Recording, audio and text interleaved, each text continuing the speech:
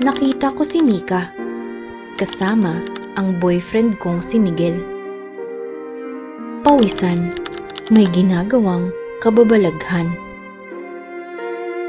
Nakaupo si Mika sa lababo, nakataas ang palda at nakalislis ang blouse. Habang si Miguel, nakatayo sa harap niya at nakababa ang pantalon. Gulat na gulat ako sa nakita ko. Miguel? Nanginginig ang boses na tawag ko. Sabay silang lumingon. Ako naman, mabilis na tumakbo. Love Me Unfiltered presents. Akala ko kakampi, pero isa palang ahas. Naranasan niyo na bang magkimkim ng galit sa isang tao? Kasi ako, oo.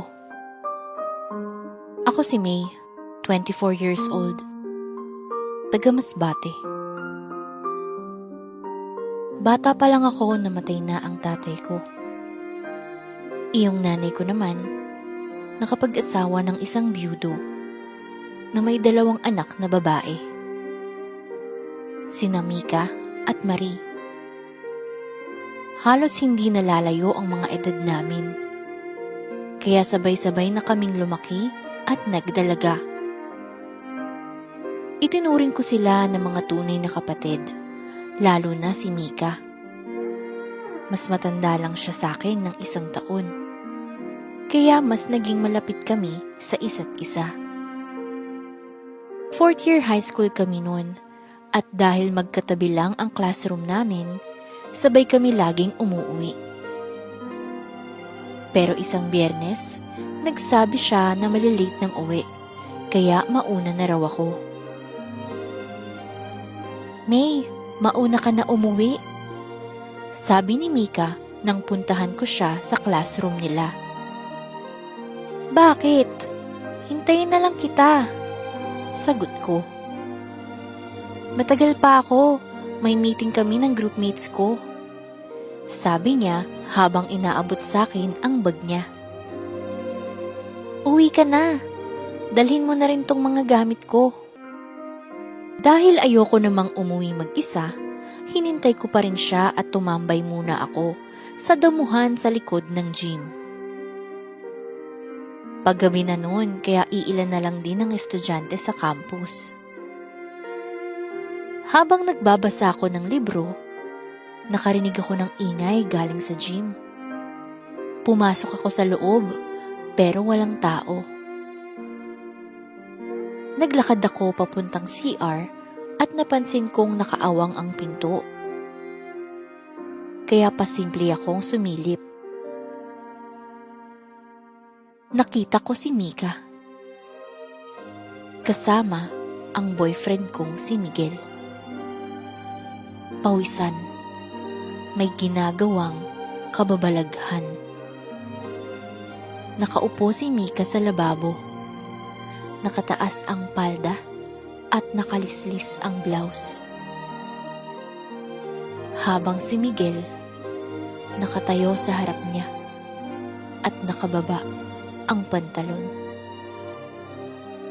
Gulat na gulat ako sa nakita ko. Miguel! Nanginginig ang boses na tawag ko.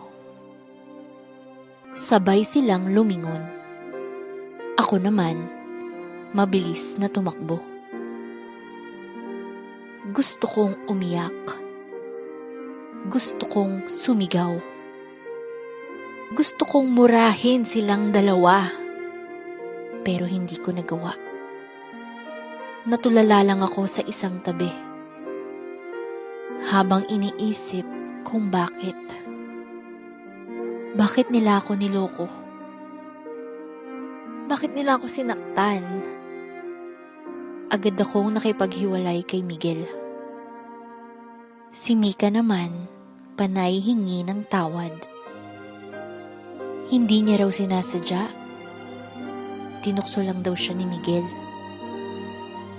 Sorry, May. Hindi ko gustong saktan ka. Kapatid kita eh. Umiiyak na sabi ni Mika. May relasyon ba kayo ni Miguel? Tanong ko. Wala. Unang beses lang na may nangyari sa amin. Tinukso niya lang ako. Sabi ni Mika. Paulit-ulit siyang humingi ng tawad. Kalaunan, pinatawad ko naman siya. Nanahimik din ako. At walang ibang nakaalam ng panloloko nila. Nangako siyang hindi na mauulit. Pero naulit. Makalipas ang 7 taon. Nahuli ko siya ulit na may ginagawang milagro. Pero hindi na sa CR ng gym, kundi sa kwarto. Sa kwarto ko, kasama ang fiancé kong si Ryan. Sa pagkakataong to, hindi na ako nanahimik. Sinampal ko si Mika. Sinaktan ko silang dalawa. Mga hayop kayo! Kailan niyo pa ako niloloko? Galit na sabi ko habang salitan silang hinahampas. May, let me explain. Sabi ni Ryan. Explain mo mukha mo! Gago ka, Ryan! Manloloko! Galit na sabi ko. At ikaw naman, Mika, ang kati mo! Tingin ka? Akala ko nagbago ka na. Ahas ka pa rin palang hayop ka.